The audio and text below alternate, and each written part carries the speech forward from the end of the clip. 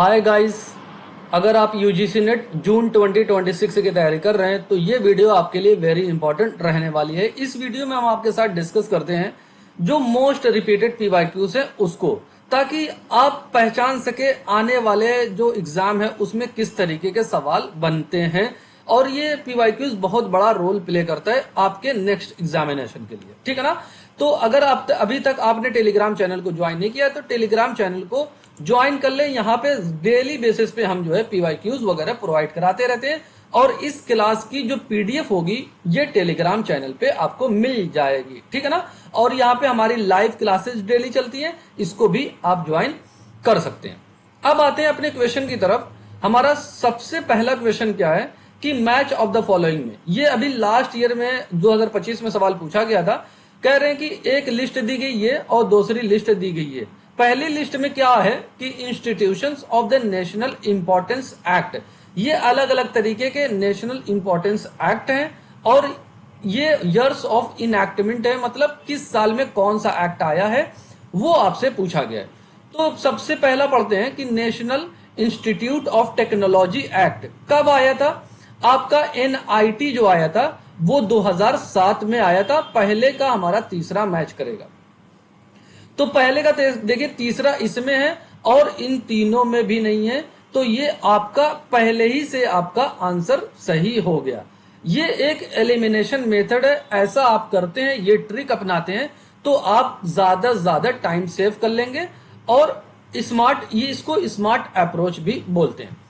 लेकिन फिर भी हम और देखते हैं, Indian institute of management act IIM act जो आया था वो 2017 में आया था, बी का पहला मैच करेगा। Indian institute of information technology act जो आया था वो 2014 में आया था और आईआईटी एक्ट जो आया था वो आपका 1961 में आया था। डी का दूसरा मैच करेगा, डी का दूसरा इसमें। आई होप ये सारी बातें आपको क्लियर हुई होंगी। एक इंफॉर्मेशन यहाँ पे ऐड करते हैं, जो इंस्टीट्यूशंस ऑफ नेशनल इंपॉर्टेंस हैं ये क्या है। बेसिकली ऐसे टॉप, इंडिया में ऐसे टॉप इंस्टीट्यूट होते हैं जो रिसर्च की फील्ड में या फिर एजुकेशन की फील्ड में या फिर हमारे देश के डेवलपमेंट में एक बेहतरीन रोल अदा करते हैं। उनको क्या किया जाता है कि इस एक्ट के थ्रू, इस एक्ट के जरिए गवर्नमेंट क्या करती है, इनको एक स्टेटस देती है, एक दर्जा देती है, उसको national importance, institutions of national importance कहा जाता है। इसमें क्या होता है कि इनको फंडिंग वगैरह का काम जो है गवर्नमेंट करने लगती है। याद रखेंगे, एग्जाम में पूछा जाता है। नेक्स्ट क्वेश्चन को देखते हैं। ये हमारा बेसिकली कह लें कि नंबर सीरीज से रिलेटेड या मैथ से रिलेटेड ये क्वेश्चन है। कहा गया कि सम ऑफ फर्स्ट 15 टर्म्स, यानी हमारा फर्स्ट 15 टर्म्स यानी 1 से लेके 15 या 1 से लेके जो भी आपकी सीरीज दी गई यहां से पूछा गया। जैसे यहाँ पे 2 सीरीज है, 2 से लेके 16 तक, 15 टर्म्स कितने होंगे, 2 से लेके 16 तक, उनका सम आपसे पूछा गया है और ये स्क्वायर में।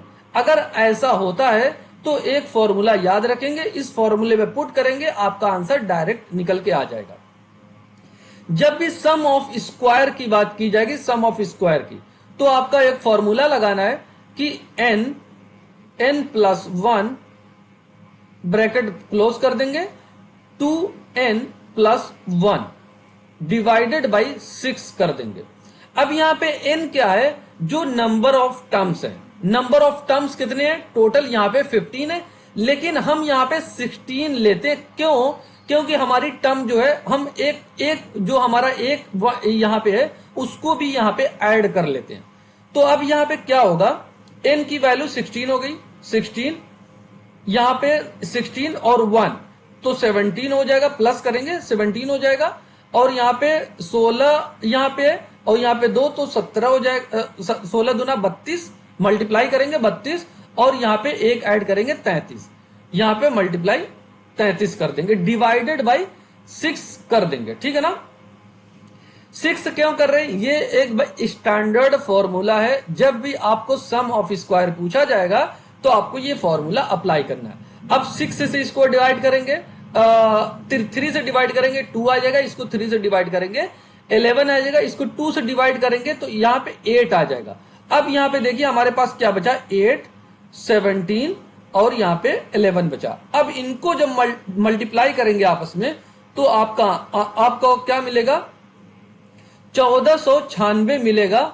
लेकिन ये हमारा आंसर नहीं है। क्यों नहीं है? क्योंकि हमने 16 टर्म्स लिए थे, हमें 15 टर्म्स की वैल्यू ही पता करनी है, तो -1 कर देंगे तो आपका आंसर 1495 निकल के आ जाएगा, जो कि ऑप्शन 4 में सही है। अब यहां पे आप कहेंगे कि 1 माइनस क्यों किया गया? भाई हमने 1 ले लिया था, 1 का अगर स्क्वायर करेंगे तो 1 ही आएगा, तो 1 को हमने माइनस कर दिया तो 1495 निकल के आ गया। आई होप ये बात आपको समझ में आई होगी। नेक्स्ट क्वेश्चन को देखते हैं। अब यहाँ पे देखिए हर बार एग्जाम में सवाल देखने को मिलता है, जो हमारी नेशनल पॉलिसी थी 1986 की, हर बार यहां से सवाल देखने को मिलता है। कह रहे कि मेजर थ्रस्ट क्या है, मेन इसका पॉइंट क्या है नेशनल पॉलिसी ऑन एजुकेशन का, जो 1986 में आया था।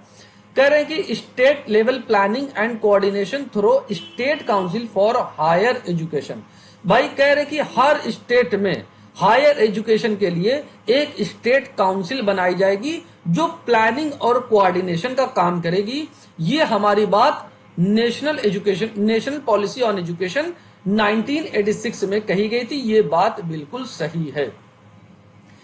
बी में क्या कहा गया कि expansion of the open universities and distance education system, ये भी बात बिल्कुल सही है।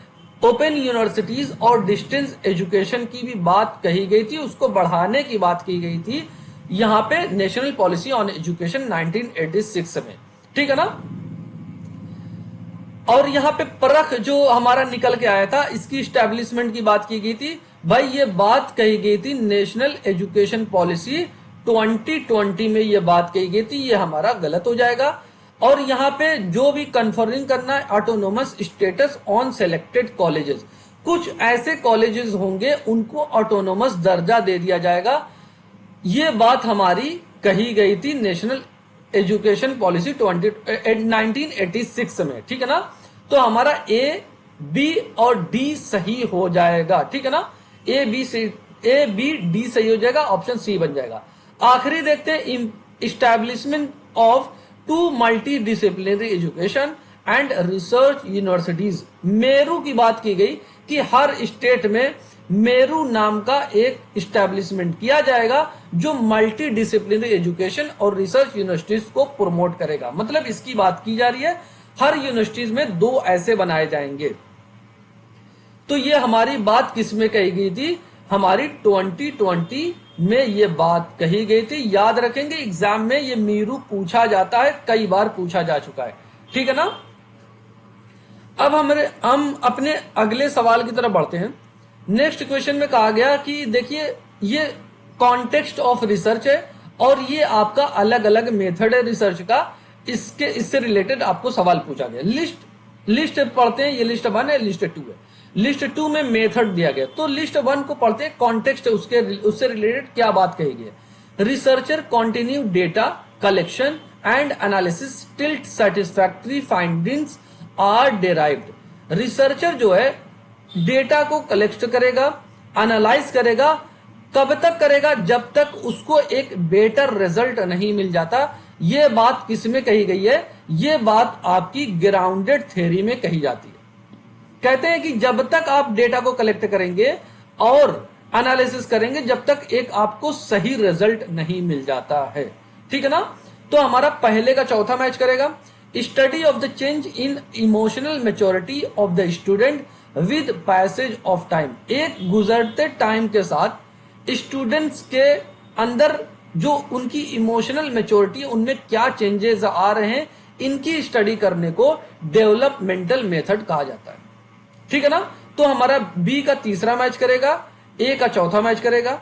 ये हमारा आ गया study of the efforts on one variable on the other variable controlled situation. जब हम ऐसी स्टडी करते हैं जो क्या होता है, एक वेरिएबल का इफेक्ट दूसरे वेरिएबल पे पड़ता है, तो ये हमारा एक्सपेरिमेंटल मेथड होता है। सी का दूसरा मैच करेगा। और यहाँ पे study of the social problems faced by working women, ये हमारा क्या है, सर्वे मेथड में किया जाता है। डी का पहला मैच करेगा। पहले का चौथा और बी का तीसरा। देखिए पहले का चौथा, बी का तीसरा, इसमें भी है, इसमें भी है, और सी का जो है हमारा दूसरा हो जाएगा, सी का दूसरा हमारा इसमें है, हमारा ऑप्शन सी सही हो जाएगा। ठीक है ना। नेक्स्ट क्वेश्चन को देखते हैं भाई। नेक्स्ट क्वेश्चन क्या है, यहां पे देखिए मैथ से रिलेटेड क्वेश्चन है, बहुत अच्छा क्वेश्चन है। एग्जाम में इस तरीके से आपको सवाल देखने को मिलते हैं। ये लास्ट क्वेश्चन है हमारा।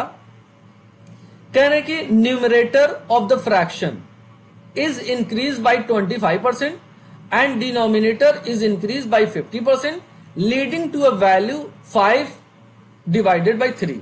एक वैल्यू को ये देते हैं 5 डिवाइडेड बाय 3 को। तो ये क्या है भाई, जल्दी से देख लेते हैं। हमें वैल्यू क्या है वो नहीं पता हमें, लेकिन हम 100 मान लेते हैं। 100 में तो न्यूमरेटर हमारा ऊपर की वैल्यू होती है, तो 25% बढ़ रहा है, तो 100 में 25 बढ़ेगा तो 125 होगा, इसको x मान लेते हैं। और डिनोमिनेटर में 50% इंक्रीज हो रहा है, तो 150 हो जाएगा।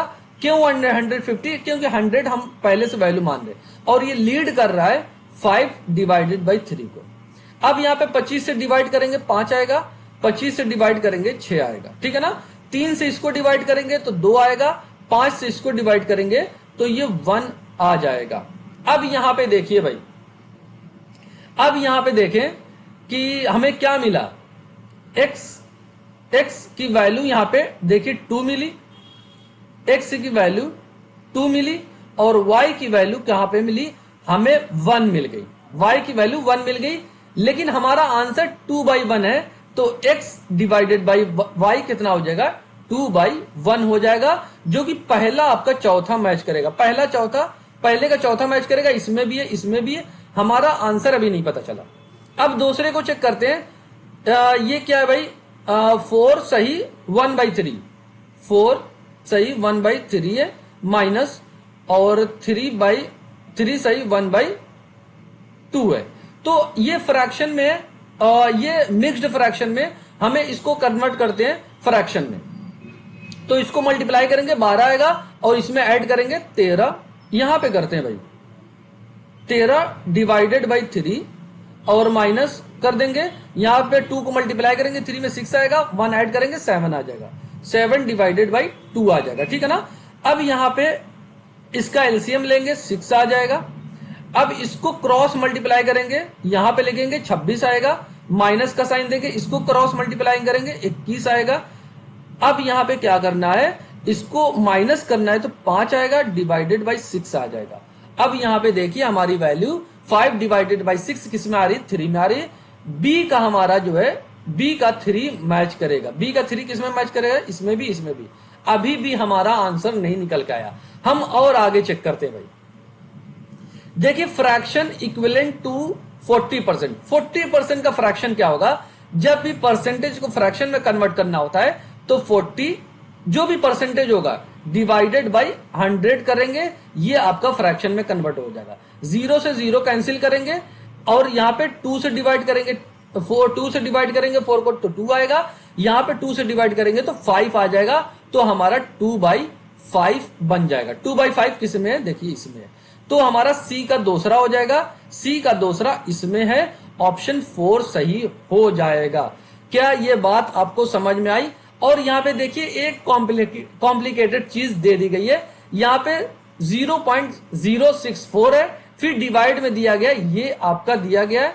जब इसको मल्टीप्लाई करेंगे, इसको मल्टीप्लाई करेंगे, दोनों को आपस में माइनस करेंगे, तो आपको 0.64 मिलेगा, और आपको डिवाइड में ये है, तो आपको जब इससे डिवाइड करेंगे तो आपका आंसर 0.1 निकल के आएगा। लेकिन 0. आपका 1 कहीं भी नहीं है, तो यहां पे क्या है, 1/10 है।